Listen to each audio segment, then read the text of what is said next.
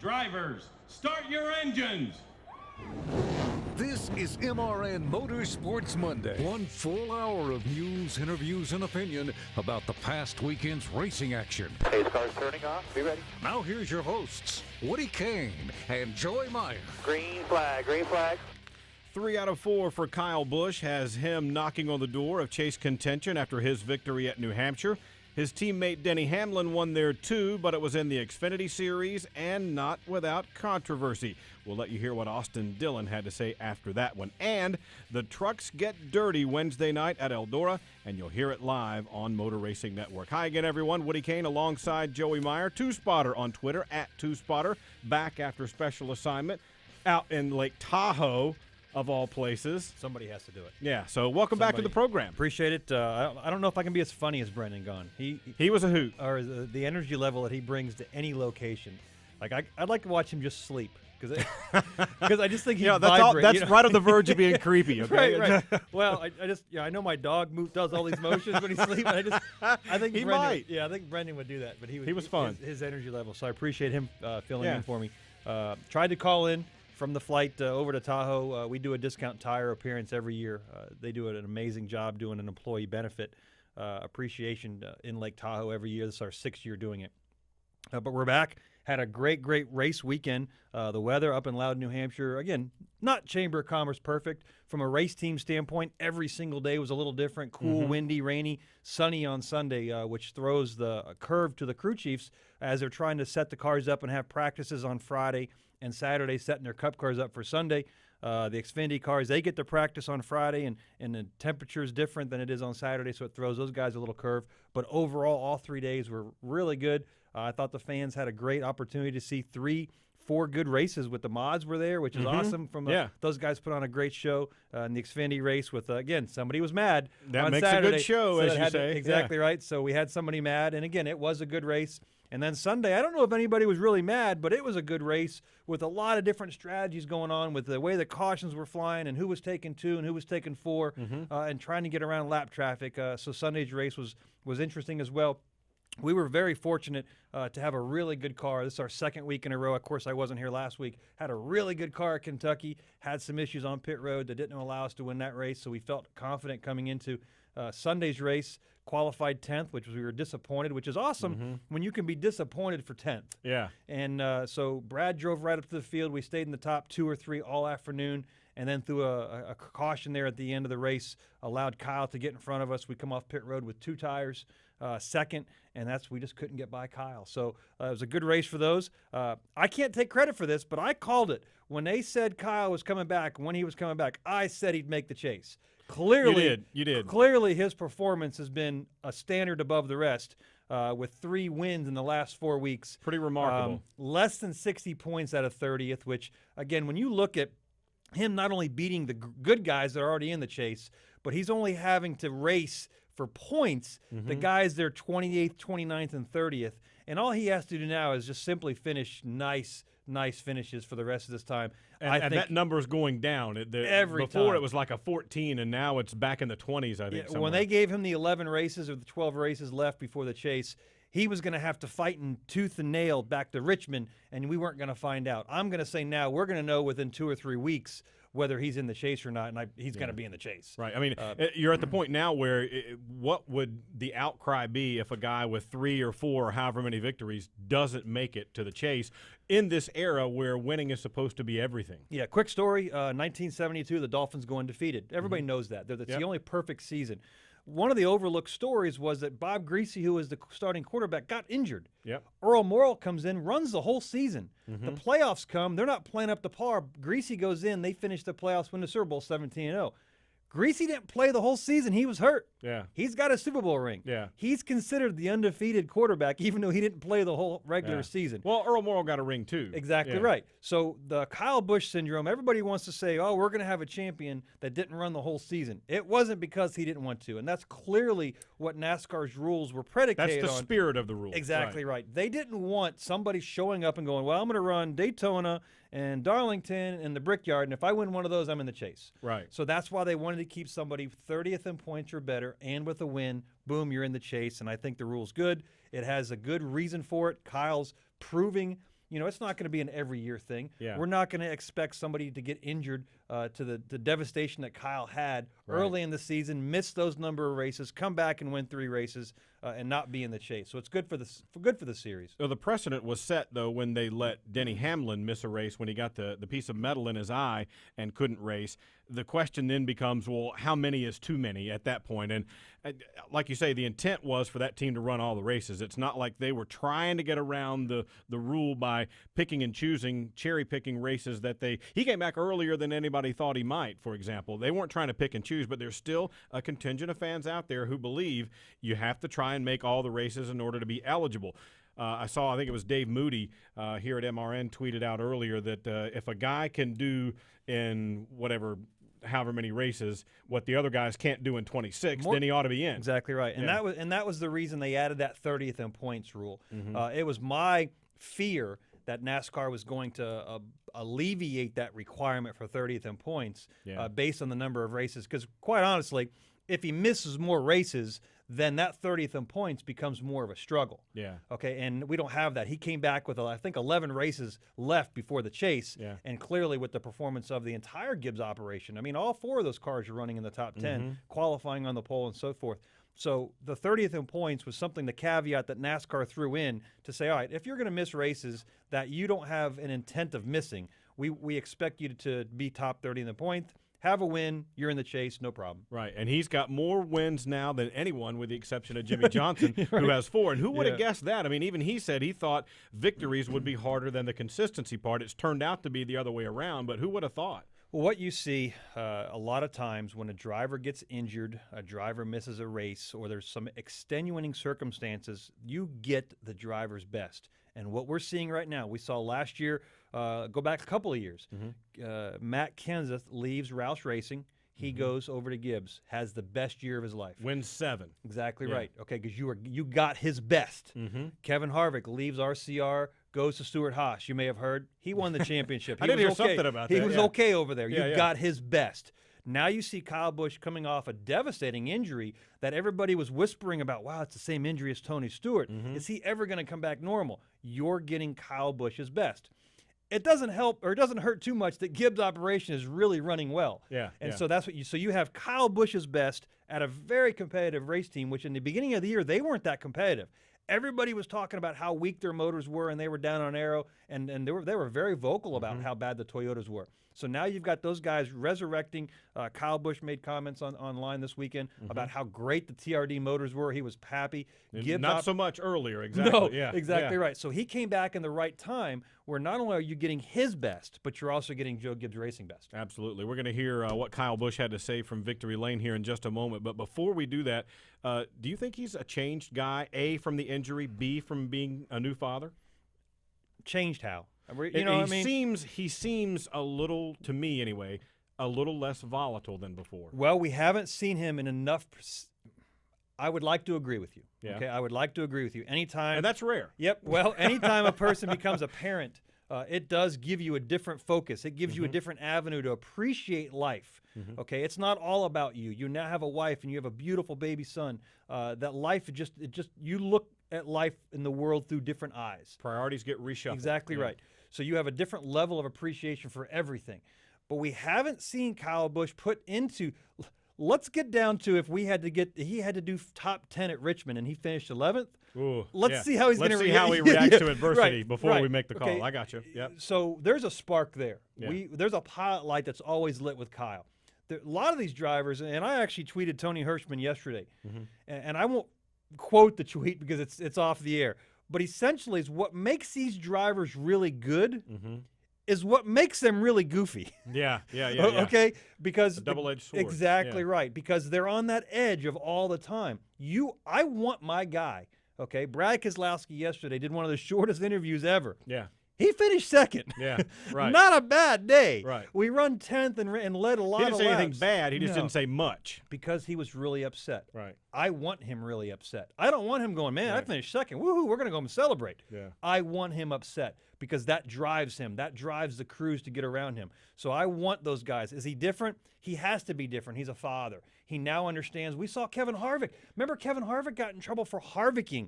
Yeah. And then everybody's forgotten that word. But what did he say? He realizes now that his actions, he has to explain them to his kid. Right.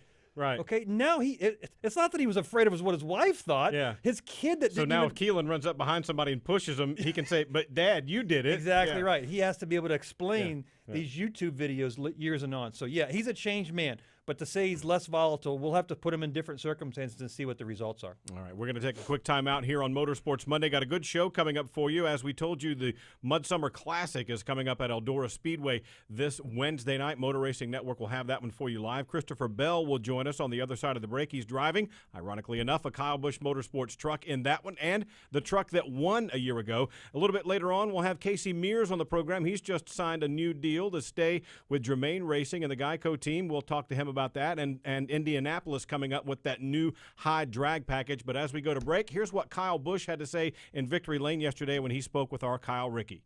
Guys, for the third time in 4 weeks, Kyle Busch back in Victory Lane here at New Hampshire Motor Speedway. First off, congratulations. What goes through your mind when that final caution comes out right after passing the race leaders to get back on the lead lap? I was just hoping that it was for the lead lap, and we were on the lead lap, and that it just gave us the right opportunity to, to start up front, to be back on the front row with us changing those tires. We only had 5 laps on them, so we knew they were still going to be fresh enough in order to start up front and hopefully hold those guys off. Do you look at points at this point, now with 3 wins in? Yeah, you look at points every week. That's what we're doing. We're just trying to get as many as we can and as much as we can to put ourselves chase eligible. All right, Kyle Busch here in New Hampshire Motor Speedway. 3rd win in 4 weeks coming here at New Hampshire Motor Speedway. This is MRN Motorsports Monday. The road to victory lane isn't just for drivers anymore. Introducing the official daily fantasy game of NASCAR at DraftKings.com, America's favorite daily fantasy sports site. Just pick a team of 5 drivers and stay under the salary cap. Outscore your opponents and win. Hurry to DraftKings.com now and use promo code COAST to play for free. You could win part of the $1 billion in prizes being awarded this year. Enter COAST to play for free now at DraftKings.com. That's DraftKings.com. Ready to take the training wheels off your race scanner? Go to fanvision.com and upgrade your experience with FanVision. Not only will you be able to hear the race, Dale Earnhardt Jr. gets a good run, drafting help from Kyle Busch and Kevin Harvick. Jr. again pulls up alongside for the race lead. you'll see every moment through live video, instant replays, live stats, and more. Hi, I'm Jamie McMurray, driver of the #1 Cessna Chevrolet, and I never go to the track without my FanVision. So go to fanvision.com to rent or buy yours today. Hey, I'm Casey Cain. Now back to Joey Meier and Woody Cain on Motorsports Monday. Getting set to head to Eldora Speedway Wednesday night for the Mud Summer Classic. You'll hear it on the Motor Racing Network live this Wednesday night. And it's interesting, one of the guys that we've talked about was making his transition from dirt to asphalt. His first time in a truck and an asphalt was at Iowa Speedway, had a top 5 finish there, had a good run going at Kentucky, and that was a crazy ending at that one. But now they're kind of coming to his backyard. Christopher Bell, the driver of the number 54 Toyota Certified Used Vehicles Tundra for Kyle Busch Motorsports, joins us on the guest line. Christopher, welcome to the program, man. You got to feel kind of good having everybody come to your so-called territory this week, right? Hey, man, thanks for having me on here. I'm definitely looking forward to it. It's going to be a lot of fun. You actually were able to get some laps in a little bit early by running some sprint car action at Eldora, right? And did pretty well. I understand you had a 3rd-place finish. Yeah, I was actually at Eldora this weekend for their 32nd annual Kings Royal, and got to do double duty. Got to run a 360 sprint car and a 410 sprint car with the Outlaws. So got a lot of seat time there this past weekend, and when we go back there with the trucks, everything should slow down for me, and hopefully that'll play into my hand. Christopher, welcome to the show. The question I'm going to ask, we're going to go back several years. We have a lot of young drivers on this show, and they always come up through the ranks of short track racing and different. You've run everything. What's the step involved from going where you're at now to getting Toyota to sign you on as a developmental driver? That's an extremely intriguing question to me. Yeah, it's just a dream come true, and like I look back through the past couple of years of my life, and it's crazy to see all the steps along the way. And if you take one of those steps out, or one of those car owners that I drove for out of the equation, then I don't end up where I am today. So just really thankful and really fortunate that I was in the right places at the right time to get every opportunity they got. And thankfully I was able to capitalize on most of them, and led me to where I am today. I love my relationship with Toyota and Toyota Racing Development, and really happy to be in the KBM Toyota Certified Used Vehicles number 54. Yeah, one cool thing I saw is you're actually going to be in the same truck that Bubba Wallace won with last year. Is that right? Yeah, it is. I think they've done some number swapping, so I'll be with a different team. I think the team Bubba won with is going to be on the 51 truck. Huh. But yeah, Bubba won with the 54 last year, and that's the truck I'll be in. Yeah, it took him a year to get the dirt out of it, didn't it? Yeah, probably. Hey, listen, what's the relationship is kind of unique with Jerry Baxter, because most of the time, you know, when you guys go to different series, is you run different crew chiefs, but you've had the advantage of having Jerry Baxter in several different series in the K&N and the truck series. You guys have a pretty good relationship going forward to Eldora, don't you? Yeah, but I got to work with Jerry there twice in the K&N car, and then once in the truck at Iowa. And now going into Eldora, I'm actually going to be working with Shannon. Shannon, so, okay. Yeah, it'll be different. And I think Shannon actually worked with Kyle the first year they did this race. So he's kind of got some background working with a dirt driver, and hopefully that'll play into my hand. All right, so you go to dirt. We go to Eldora. It's the only place we race on dirt in the truck series, and in fact, it's the only dirt track of the Big Three series. You've run midgets, wing sprints, non-wing, dirt supers, now trucks. Does anything drive like a truck at Eldora? I seriously doubt it. It'll be interesting whenever I get out there to drive it. But you know, like people keep asking me if I'm going to be able to use this past weekend as an advantage, and I really don't think I'm going to. The only advantage I'm going to have is just you know, we're running around Eldora in 13-second laps in a sprint car, and now going back there, we're going to be running a lot slower in a truck. So that'll probably, the speed differential will probably help me out a little bit, but you know, all the other drivers there are going to be used to going a lot faster too. So I don't think I really have any more advantage than the next guy. We're going to have the 1-800 Cash Mud Summer Classic on Motor Racing Network this coming Wednesday night at 7 Eastern time. You want to make sure to catch that. It's always a lot of fun. But as we get set for this race on Wednesday, what's been challenging for you about getting used to the big heavy trucks as opposed to these winged sprint cars? I mean, you jump right in at Iowa and pop off a top 5 finish. You're running up front most of the night at Kentucky before that thing got real crazy at the end. You seem to have adapted pretty well, but what's been the most challenging thing about making that transition for you? Probably just the pit stops and how long the races are. That's what I just had to get used to in running the super late model deal, because everything that I've grown up doing, a 50-lap race is the longest race you run. So to go out there and run, I think Iowa was 200 laps and then close to 150 at Kentucky. It's just way different, and it's a different mindset. And then the pit stops they obviously gave me a bad time there at Kentucky. So just got to work on that, and thankfully that there's no live pit stops here at Eldora this week. Does it make a difference that you're allowed to work on your car during, you know, a lot of those super lates? You start the race, you run the full race. At the end of the race, you're like, man, I wish I could make those adjustments. Do you like the ability that now during these truck races you get to tell your crew chief, hey, this is what my car's doing, this is how we're going to make it better? Yeah, definitely.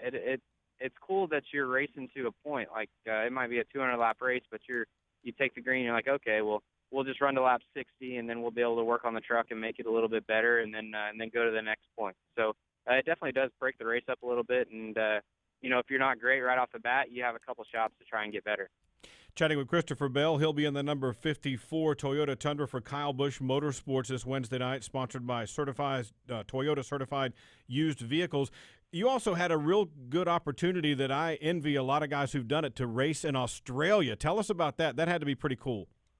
Yeah, I've been really fortunate over the past couple of years. Last year, or I guess 2 years ago, I went to New Zealand for the first time to run a midget car, and then went to Australia 2 years ago, and then went back to Australia this year to run a sprint car. So I've been fortunate enough to get overseas and get to race down under, I guess, for a couple times now. It's a lot of fun to go down there in our off season whenever we're not doing anything, and it keeps you in the seat, and that definitely helps you out, because the more you race, the better you get. Dude, how long is that flight?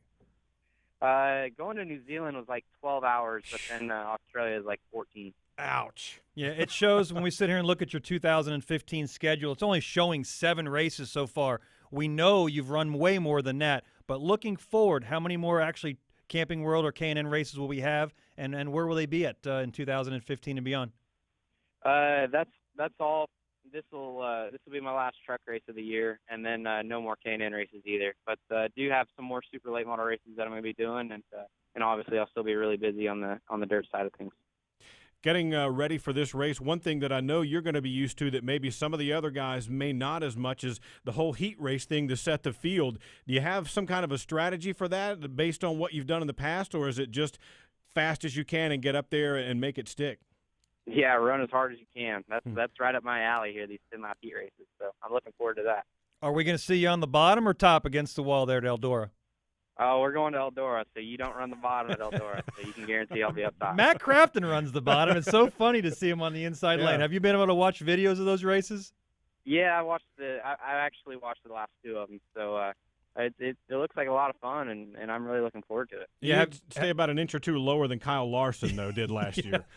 Yeah, I told Tony to get the track wet for us this week. Well, man, they've had a bunch of rain there. I can't imagine it being too dry. Yeah. Have you had a chance to talk to Kyle or anybody specifically about tips and pointers that have raced there, including Bubba or anybody?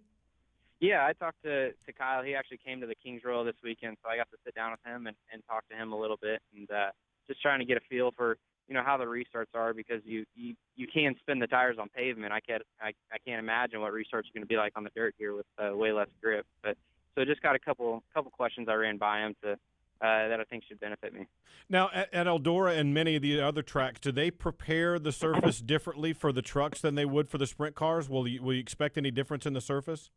Oh, night and day difference. Like the last 2 nights, Friday and Saturday for the Kings Royal, we had a really healthy cushion up there, and it actually didn't even get all the way to the wall. But the trucks go there, and we have to run the windshield, so they can't have the track wet at all because we can't pull tear-offs. So it'll definitely be a lot different than whenever the sprint cars were there, and it'll be nice and slick, that's for sure. All right, well, I have to ask, how do you think you're going to do? What's your expectations of going to Eldora for the first time in a truck? Well, I'll be honest with you, that whenever I went to Iowa and Kentucky, my only expectations was to finish the race. That's all I wanted to do was just finish. I did not care what my results were. But going into Eldora this weekend, I have a different mindset, and I really think that I have a shot to win it. So I'd like to go in there with a positive outlook and seeing if I can get the job done and win this thing.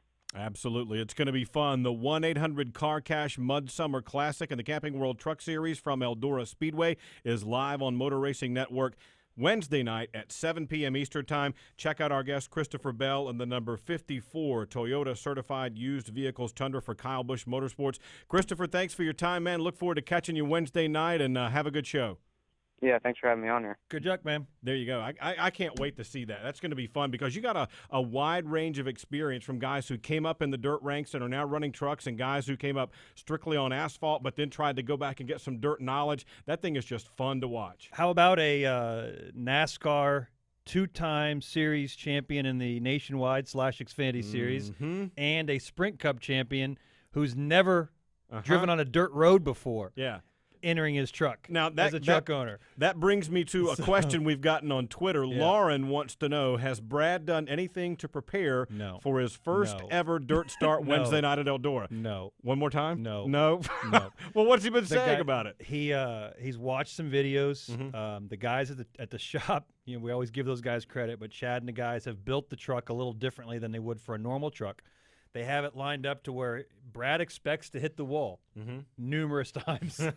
Well, Kyle Larson almost made that work. And see, it'll be interesting to see because I think we're going to – I'm excited to go. We go Wednesday morning. We're on the track at 10:30. I think by 10:35 we're going to have a really good idea of how our day's going to go. Have you been there before? Yeah, okay. I've been every year. We've run the trucks there. That I just didn't know if you did them all. Okay. Yep. Cool. We have a great spotter stand down there in turns 1 and 2, which is awesome. Get to watch the super late models, which is a fantastic show. And Tony's such a great promoter there at the racetrack. The crowd will be fantastic.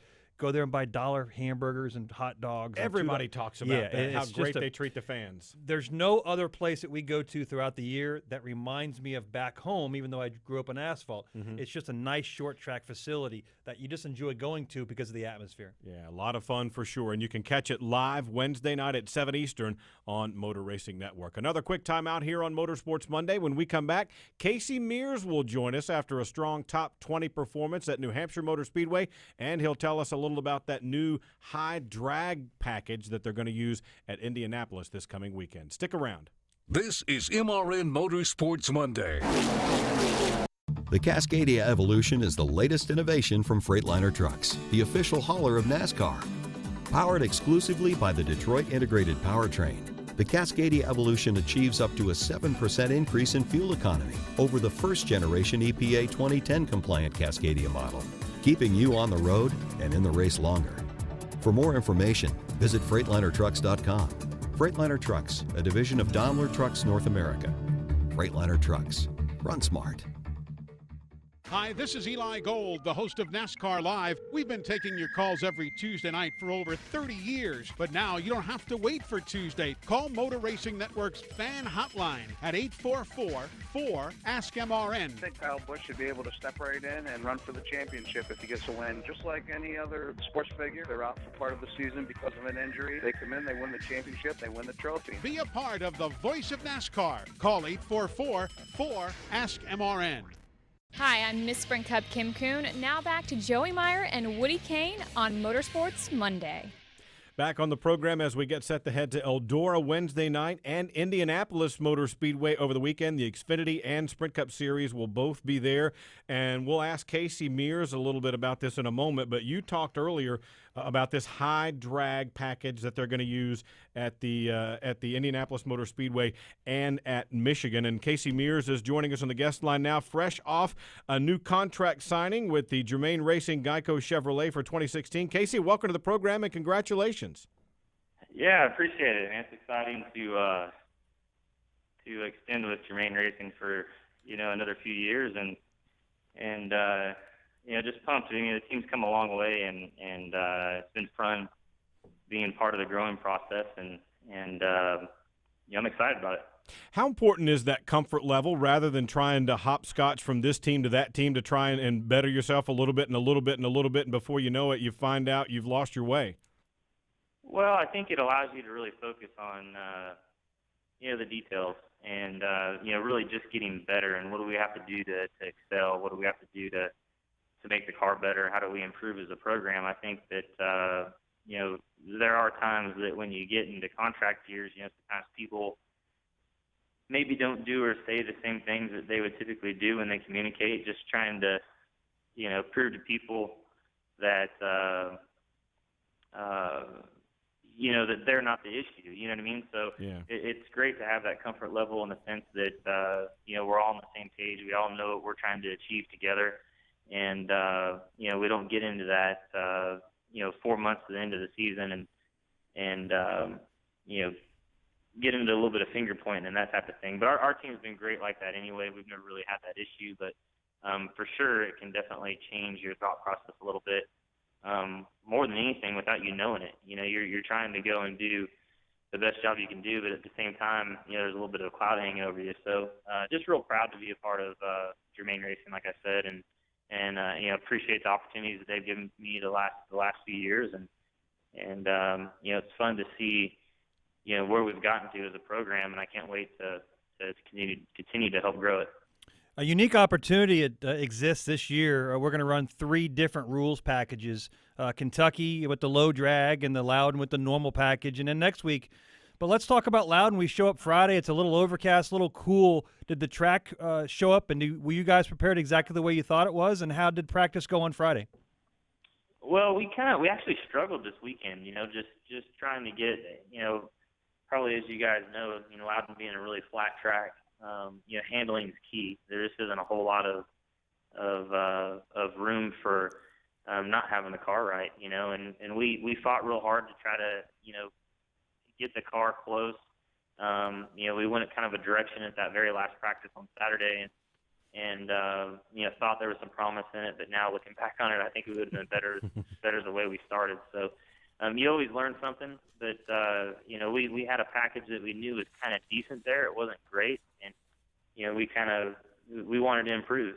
So we were trying some things that maybe we haven't tried before, and we tried it in the race, and we ended up 16th, which was a decent result. But really a lot of that was to Booty and the guys making good calls on the box and just fighting hard all day.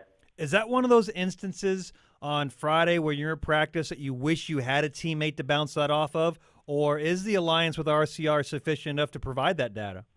Well, and they are. I mean, that definitely is helpful. We ended up a little bit different than some of the other guys, and then there was one guy that was really, really different, and so it's good to have that info, but at the same time, you got to be careful not to chase it all the time, because you can end up all over the place, So it's good to look at that information. If someone's just extremely fast, then you definitely want to look at going more their direction. But it's a fine balance between bouncing around all over the place and just throwing setups in, and actually having some sort of progression that you learn on your own as well. So we always look at them as obviously a good benchmark, but at the same time try to learn and progress with what we're doing, so that at the end of the day we understand how we got there. And it's one thing to throw someone's setup in and run good. It's another thing to understand how it got there and be able to repeat it again, at other tracks as well. So it's a tightrope, but it's great information to have. And we ended up a little different this weekend, and it didn't quite pan out. But the good thing is we have some of those guys to look back at and how we're going to approach Loudon next time we go back. Casey, kind of a tumultuous few weeks here in the Sprint Cup Series. Chatting with Casey Mears, who drives the number 13 Geico Chevrolet at Germain Racing. You had the low downforce rules package at Kentucky and waited out the rain and back and forth and not getting a lot of track time with it. Then you go right back to the so-called normal 2015 package, and now at Indianapolis you go with this high drag package. How did you like the low downforce package, and what are your expectations for this high drag package we're going to use at Indy and at Michigan? Well, I mean, I thought Kentucky was good. It was a struggle for us. I think more or less because it was Kentucky, not so much because of the change in package. But I mean, I think that there was some action. Definitely put a lot of the driving back into the driver's hands for sure. A lot of slipping and sliding around, and like I said, some of that was Kentucky itself just being bumpy and difficult to maneuver. But I thought it worked well. This weekend at Loudon, the track just being so different. Really from the last time that we were at Loudon, we were racing with less downforce this year than we had last year, just because we had that big blade on it. So it was actually a reduction in downforce, at Loudon this year versus the last time we were there. And things were good. Loudon's Loudon. It's a really difficult place to pass. Aero definitely affects you a lot from the cars in front of you. There's several times that in my career where you'd be running 15th, 12th, and you stay out to get the lead or top three, and your car handles totally different once you get up front. So, it felt like a pretty typical race at Loudon. And Indy and Michigan are going to be interesting. The two tracks are very, very different. I think that, high drag package at a place like, Michigan is definitely going to put us to, hardly any off throttle time. Running, 2 and 3 wide, 4 wide, because we run like that at Michigan anyway at times. But Indy is going to be a very interesting experiment, just because the corners are so tight there, the straightaways are so long, and if we don't get to where we're running close to wide open around that place, it's going to be a pretty big aero impact when you start to catch somebody through the center of the corner. So it'll be an experiment for everybody. Indy is one of the places that we actually went and tested this year, hopefully, to have some sort of leg up when we came back, but that's all changed now. So Right. we'll kind of throw that stuff away and have at it on Friday. Normally the season goes, we only have 2 different packages. We have a speedway or super speedway restrictor plate package, and we have the other package. This year we have 3 different packages that we're trying along with our super speedway, so almost 4 different configurations. Are you in the mindset, and do you have any input on your buddies in the driver council where you're talking about track-specific configurations? Do you like that idea, or would you rather have one configuration spread out for the whole year? I don't know. I mean, I think everybody's really open-minded right now. The one thing that, I think NASCAR's gotten maybe a little bit of flack for it, but the one thing that I like is that we are testing these packages in a real race situation.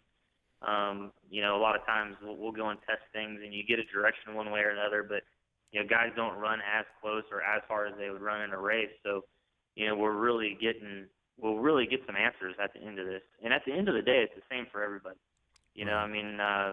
Obviously everybody has an opportunity to, make the right decisions and have fast race cars for that weekend. It definitely throws, people for a curve, whether it's a small team or a big team. But, at the end of the day, we all have the shot at the same package. So it'll be interesting to see how it pans out. Indy this weekend, to me, is the biggest question mark in my mind. I don't know exactly how, that package is going to affect it there. I have a pretty good idea what it's going to do when we get to Michigan. Right. So this weekend is going to be a big test, and we got to be ready to go 10 different directions for sure after that first run. What's your understanding of the goal with this high drag package? Because you mentioned it earlier with the low downforce package, the idea was to put more of it in the driver's hands and to give you guys a little more off throttle time so you felt like you were more in control. But now I hear you saying with the high drag package, at least at Michigan, you're going to have to spend a lot more on throttle time. What is your understanding of the goal of this particular high drag package? I would think, and again, I would be putting words in somebody's mouth, but I would think that it was, in an effort to just keep a tighter, closer pack. I think NASCAR likes to see lead changes. We all do, right? It's exciting to watch, and I think that, this experiment is just, is exactly that. I don't think anybody knows exactly how it's going to pan out, but the approach, I think, would be to get us running tighter, closer. Be able to run, side by side. Indy is a difficult track to do that regardless. It's a very narrow, very tight track. So, it'd be interesting to see if it really applies well at Indy. But, Michigan for sure. I mean, we're gonna end up in some pretty good packs, and, it's going to be really wide. So, have a pretty good idea of how that's going to pan out. But, Indy is the biggest wild card for sure with this package. Casey, coming off a fresh re-sign with Germain Racing, now in our 6th year with that team. Every year you've been able to move the needle, seems to be a popular quote, in giving your team a direction. But every year we've increased in points. Currently sitting in top 20 in points. What's the next way to move the needle at Germain Racing? It's just in the details. I think that, a little bit of additional sponsorship would be great. Geico's been a great partner for us, and, we're really excited about, moving forward with those guys in the future. But we get the cars, we get the parts, we get the pieces, we get to, rely on RCR and look at those guys as if they're teammates, obviously being in different shops in different cities. But I think the next level for us would be, when it comes to testing, having a few more people, maybe having a test truck, so that the guys don't have to swap, our stuff off our main truck onto like a truck that maybe we borrowed to go test, and some things like that. That would kind of be the next evolution for us. Maybe having a few more people so that we could spread it out a little bit more. Get the road crew guys a little bit more of a break rather than having to, get off the road for the weekend and hit it hard Monday and get right back at it to help prep a car for the weekend. We got a great group of guys and we got a good system down, but, just taking that next step. And then beyond that, beyond budget is just the details, just really, really understanding exactly, what these cars need, having a better line of sight of what we need to do aero-wise, what's allowed, what isn't allowed, just taking that extra time and probably being more prepared when you show up to the track because, quite honestly, these practice sessions go by really quick, and there really isn't an option to change a package because it just takes up too much time. So if you show up with the wrong package, you can fine-tune it, you can get it a little better, but you're probably not going to get it great before the weekend's out. So, doing that homework at the shop and unloading quick is really important. You came into the Sprint Cup Series garage in 2003 at the ripe age of 24, which in today's time is old relative to these youngsters nowadays. Yeah. You know, do you look around and seeing guys that when you came into the sport now are tiptoeing away? Is there a plan with drivers, or do you just drive until you can't do it anymore? Well, for me, I've always, my dad and my uncle were both, explained it really well. I mean, what we do has to be fun. It has to be enjoyable. You got to love what you do. If you don't, you're not going to put the effort in that it takes to run and be competitive. So, inside, I think when that day hits and it's not fun, there's a lot of things around the sport, that can be considered work and putting in time. But for me right now, putting on that helmet and getting that race car is fun. And we have our bad days, we have rough days that aren't as fun as others, but I wouldn't trade it for a world. I'd take a bad day in a race car than a great day at the desk any day. So, I love my job, and I think as long as that passion is there, and as long as you're still excited about it, you need to do it. I think Mark Martin was a good example of that. Yeah. And obviously, a lot of people just kept wanting to say Mark was too old, but he loved racing and he did a good job at it. So, not saying that everybody's going to run as long as Mark, but it's an internal thing that you have to decide on your own. Yep.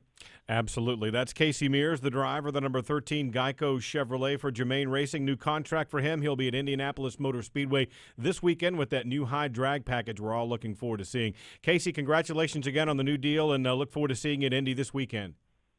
All right, guys. I appreciate it. Thank you. Thanks, Casey. Always love talking to him because he gives really thoughtful answers, and you could hear him giving the ins and outs of the different kind of packages, and it's interesting to hear how different he thought it would be at Michigan versus Indy.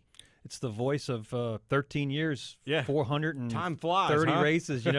He came into the sport at 24 years old, and he said he enjoyed being behind the wheel of a race car instead of behind a desk, and we're behind a desk. It's kind of he wins. Yeah, but it's a curved desk, so it's okay, right? He wins. He beats us. Yeah, he does. Today he certainly does. Yeah, but again, the heritage with the Mears family. Yeah, that's racing royalty right there. When he talks, it's so funny. It's Rick Mears, 4-time Indy 500. Mm-hmm. Yeah, I'm relatives. Yeah, yeah. And it's just that we have Thanksgiving. Yeah, together. Right. And they're getting ready to go to Indy. So the heritage, when he shows up there, he grew up with it because it was part of family. Really cool. So we go there with that new package. Really, really a big question mark hanging over everybody's head. I think the series as a whole looks at the other open wheel racing and sees what a great package they have. Maybe not realizing that they run wide open throttle and they can draft a little more. Mm-hmm. Trying to simulate that kind of action with these cars might be very difficult. Yeah. We're going to give it a shot, and that's like Casey said. That's what we have to remember. Sometimes, in order to find the right direction, you have to go in the wrong direction. I'm not saying it's the wrong direction, but we'll know when we get there, and we'll come out of there going, yeah, that didn't work, or that was great, it's fantastic. We need to move further in that same direction. Now, the rave reviews from the previous week at Kentucky. See, that's where I'm thinking. Everybody, there wasn't one person that said, we need to get rid of this package. It was terrible. Right. They've all been rave Everybody reviews was so very far. happy. Yeah. And some guys were talking about the tires. We need to have different tires. But even the tire not being correct still worked really well at Kentucky. We'll find out a little more about that one at Darlington. We've got a lot more coming up here on Motorsports Monday. You can play along with us on Twitter at MRN Radio. Use the hashtag AskMRN so we can get your question addressed along the way. We've got on-track, off-track still to come. But next, we'll talk about that Xfinity race from New Hampshire over the weekend. As Joey says, a couple guys upset afterwards, and that usually means it was good action. Back with more after this. This is MRN Motorsports Monday. The following is a disclaimer from ToyotaRacing.com. Team Toyota is all about speed and precision. But all that speed and precision can be dangerous if not handled by professionals. Imagine the repercussions of an amateur behind the wheel of a Team Toyota stock car. Oh boy. Even our official site, ToyotaRacing.com, can be dangerous. Some common repercussions of visiting our site may include Constant refreshing in hopes of new content. Dry eyes due to not blinking. Memorizing race results. Inclusion of Kyle Busch in your dreams. Referring to your wife as Matt Kenseth or Denny Hamlin or simply Toyota. Phantom scrolling motions. Ordering every single Toyota racing t-shirt. Checking for a gas pedal under your desk. Missing your kid's soccer game or school play. But please don't forget that you've got kids. They'll miss you if you're always on ToyotaRacing.com. Tennis elbow. Replacing the wheels on your office chair every 30 minutes like a pit crew, or even changing all your passwords to Toyota Racing 123. So, for news, videos, and exclusive NASCAR content, visit ToyotaRacing.com. But please, visit responsibly. NASCAR is a registered trademark of the National Association for Stock Car Auto Racing, Inc. Hey, I'm Joey Logano. Now back to Joey Meier and Woody Cain on Motorsports Monday. How does Joey Meier have a radio show? Let's talk to Denny Hamlin here at the New Hampshire Motor Speedway, the winner of the Lakes Region 200. I guess you could call it a spin and win for Denny here this afternoon. First off, let's talk about the first incident when you and your teammate got together down there in turn one. Yeah, we were both wanted the lead really, really bad. It appeared, but yeah, I was running on the bottom, and Kyle drove in there and tried to hold us to that apron, and I just could not hold it there. I got loose and spun out underneath of him, and I think he lost some spots in the deal too. But we had the dominant car. We came back through the pack and won the race. So I mean, that's what it's all about. Is the best car should win, and maybe not the best driver today, but definitely the best car. How loose were you when you and Austin were side by side there late in the race? Because it looked like you you were going to maybe lose it again. It's just one of those deals. This apron of this track, we're running on portions of the track that's not meant to be run on, and when the outside guy commits to the middle lane, which is actually the bottom lane of the racetrack, it gives the guy on the bottom no room to go. So we're inside 15, 20 to go to race for the win. You're going to do everything you can. I thought I was going to be able to drive in there deep enough to go ahead and clear him, but same deal with me and Kyle as what it was with me and Austin. They both just drove in so deep that it just took the air off me, and I got up into them. Congratulations again. Thank you. That's our Kyle Rickey chatting with Denny Hamlin after he won the Xfinity Series race, the Lakes Region 200 at New Hampshire Motor Speedway on Saturday. And it's not always a great thing when the guy asking you questions starts off by going, let's start with the first incident. It was a very active afternoon in Loudon, New Hampshire for Denny Hamlin and his competitors. Because he didn't just get into one. We got into two or three different guys. The thing I enjoy about Denny Hamlin is he doesn't have many regrets. And one of the things that drives me nuts from listening to enough interviews and talking to a different number of drivers is for a guy to wreck during the race for the win. Let's remember this. We're racing for the win. Right. And then get out of the car and say, I don't like racing that way. Then don't race that way. But you did it, yeah. Exactly right. Well, Denny's like, I was racing for the win. I got loose. I'm not apologizing. Yeah. We said several times on this show, it's a very selfish sport. What I want, you do too. You're not going to give it to me or else we wouldn't be racing. Yeah. I have to take it. Denny Hamlin he drew his line in the sand and how to get forward and how to move forward. If it involved possibly moving another car up the track, so be it. I won the track. I won the race. I have the trophy. The best thing I enjoy is he didn't have regrets after the race. Right. It wasn't about, oh, man, I know Denny, Austin feels bad and I'll have to go make up to him. None of that. Screw that. None. I won the race. He had a great sponsor. His Kenny Habul was there with Sun Energy. They're relatively new in the sport. Kenny's going to drive one of their sponsored cars over at Joe Gibbs Racing at some of the road courses. But they hadn't had a victory yet with Sun Energy on the car. So that was Kenny Habul's first win as a sponsor. That's big. People don't realize that when you have a sponsor and they're at the track. How huge is that? And you get them in victory lane. There are several instances, we have these Winstons and these No Bull 5s, and years ago, the Xfinity Nationwide Busch Series had different bonuses for certain races. I remember drivers driving through the field and wrecking because they got to win 75 extra grand. Yeah. They didn't care about that. It was the trophy of winning that race. Kenny Habul and the sponsorship got to enjoy the opportunity for victory lane, and Denny gave it to him with no regrets. All right, now with an opposing viewpoint, by the way, Austin Dillon was the second guy that Kyle Rickey was asking Denny about. Here's what he had to say. I want to first off thank Danny Stoppman and the guys. Ream car was really fast. I think we had the fastest car throughout the day, just never had the track position. Man, it's disappointing because I had a good restart. Cleared him off at 2. I missed one corner. I'll take the blame for that. I got a little tight. Car was just a little chattery tight right there. He got to me. Figured he was going to race, but he never even wanted to. He wrecked his teammate and then proceeded to try and wreck me. And if I would have got back to him, it would have happened to him. What is racing if you can't race side by side for more than a corner? He never even went through a corner with me. The whole race. Didn't want to. He just moved me. Missed the corner, wrecked me. I mean, I'm fine with racing rough. I promise you I can do it to anybody. But if we're going to race like that, I need to know before you get to the first corner, you know? Give me a corner at least. I don't know. I've reworked a relationship with Denny. He called me a spoiled rich kid in Texas 2 years ago, and I ate it. You know what I mean? He said just the last name, and I said my last name's Dillon, not Childress, but he is my grandfather. I'll always act with class. Everybody in the media knows that. And I've worked my way here just like anybody else. And with Denny acting like that, what does he want me to call him? You know? I don't do that. I know how to act. All right, so there's the opposite side of what you just pointed out. You like the fact that Denny Hamlin didn't apologize, but what about Austin Dillon's theory of that's not necessarily racing when you just run up and wreck a guy? You know, that's if you're going to be critical, watching the two cars who we finished third in the Hertz Mustang this weekend, had the third best car. The two best cars on the track were the 33 and the 20. Yeah. You like to see them race. And just like he said, Denny got into the very first corner. It wasn't like we were coming to the checker flag. There were several laps left in this event.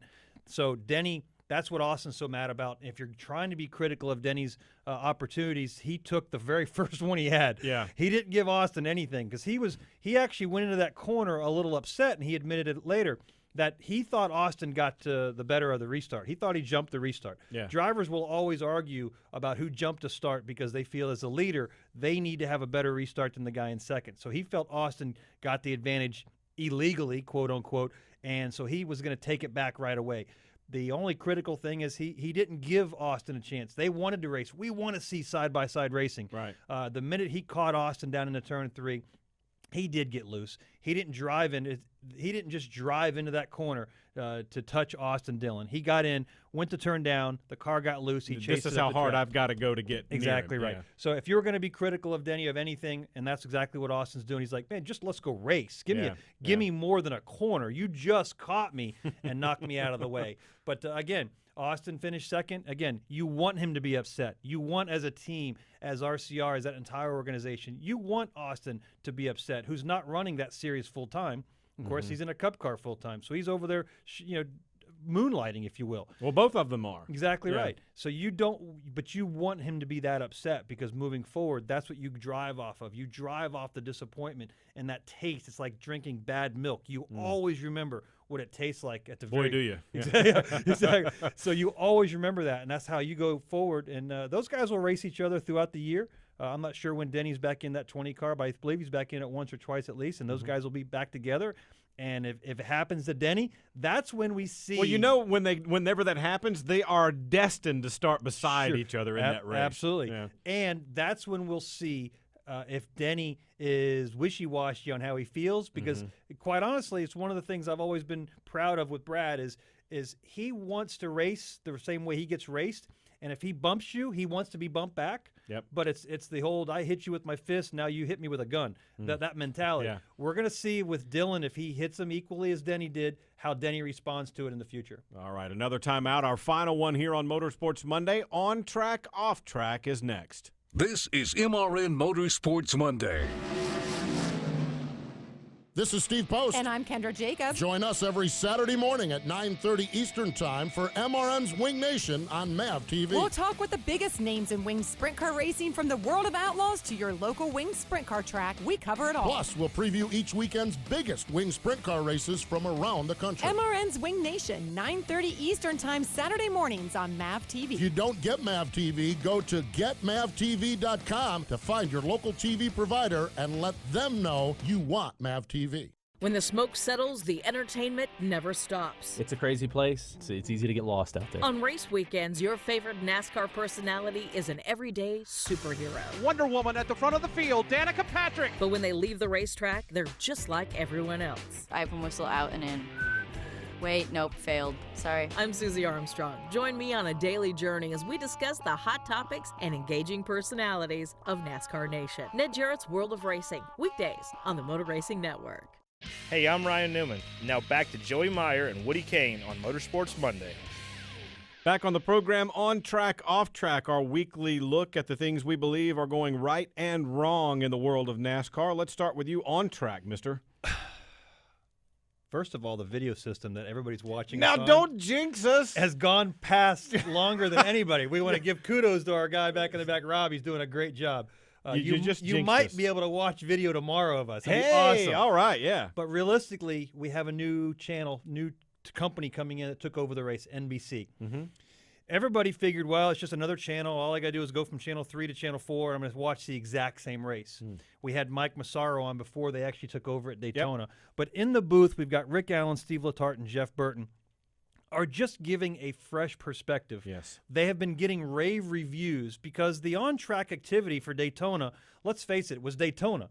They had a terrible rainstorm. And they waited for hours and hours and hours to get to that point. Exactly right. Yeah. But they still put on a really good show with just a fresh perspective. Yeah. It's not respinning everything that the other network is doing. And not that we're critical of the other network. It's just a different approach. But why do what the other guys are doing? Exactly right. I've watched them, been in the garage with those guys, with Steve and Jeff and Rick, and talked to them. They're just taking a different approach. They're not trying to dumb it down or make themselves look smarter than everybody or dumber than everybody, but they've done a really, really good job. Kudos to them. I look forward to the rest of the year with NBC. Me too. And Mike Massaro told us when we had him on before they started that they were going to try to do things a little bit different, and so far, that's exactly what they've done. My on-track is not something that has happened yet, but it will happen Wednesday night. We've got midweek dirt racing in NASCAR. A lot of folks have been saying, well, why don't you try some midweek racing? This is the experiment that they've been trying, and so far it's been a huge hit at Eldora Speedway. A lot of fans like a little bit of a different activity. You hear people critical of road courses along the way,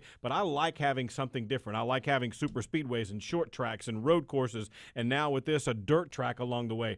I like this whole concept, this whole idea to give us something more, to get to your NBC comment, more than the same old, same old. Yeah, we had some interesting tweets from Kevin Harvick and Brad Keselowski earlier in the week about midweek racing. It just offers an opportunity for a new audience that normally doesn't see racing during the weekend. They have an opportunity for weekdays. I love this dirt track at Eldora, but I would love to also see more midweek racing.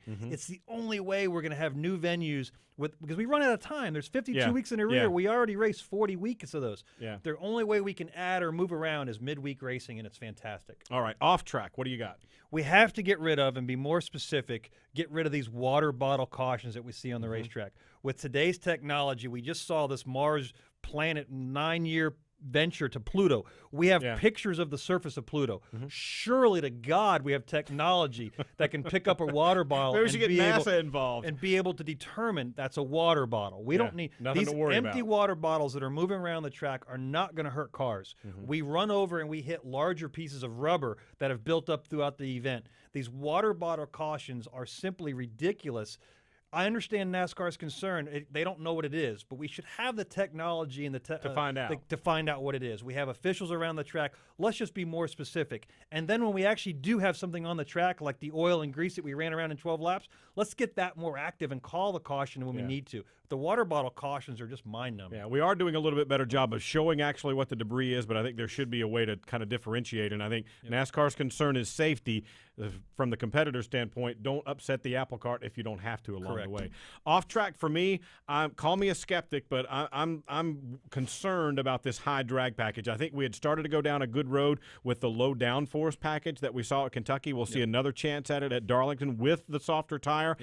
I'm concerned. I'm with you on the standpoint of let's try it and see if it works, but I'm concerned that this may not be the way to go. All the drivers said, I like the idea of having it more in my hands, more off-throttle time to put more back in the driver's seat rather than the technology and the aero package of the car. So I'm skeptical about this high drag package. I think a lot of people behind closed doors are exactly like you, but publicly they want to give NASCAR the opportunity, and they do applaud them going in different directions. At least they're trying. I believe if you had had a straw poll, a lot more people feel like you do that are right now being very vocal about it. All right, that's the way it'll work this weekend. Don't forget Wednesday night, 1-800-CAR-CASH Mud Summer Classic in the Camping World Truck Series from Eldora Speedway. We will be on the air live at 7 o'clock Eastern Time with that race. Then it's on to Indianapolis Motor Speedway Saturday and Sunday for the Xfinity Series. Ty Dillon, first win in the Xfinity Series there a year ago, and the Sprint Cup Series on Sunday with that new high drag package. What are you looking for?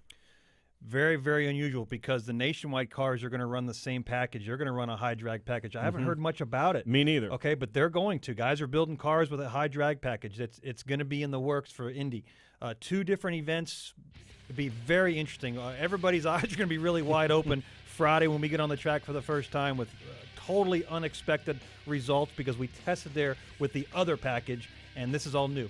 All right, try to stay a little bit clean when you get there Wednesday night for the truck race. Catch it on Motor Racing Network. Want to thank our guest, Christopher Bell. He'll be driving for Kyle Busch Motorsports on Wednesday night in the Truck Series. And Casey Mears, new deal with Germain Racing and the Geico team. He'll be racing on Sunday. Tune in every Monday right here. You've been listening to MRN Motorsports Monday. Tune in again next Monday at noon for all the latest news, results, and interviews from NASCAR on MotorRacingNetwork.com. MRN Motorsports Monday is also available on demand at the MotorRacingNetwork.com Media Center or download it from iTunes or Stitcher. MRN Motorsports Monday is a production of the Motor Racing Network. All rights reserved.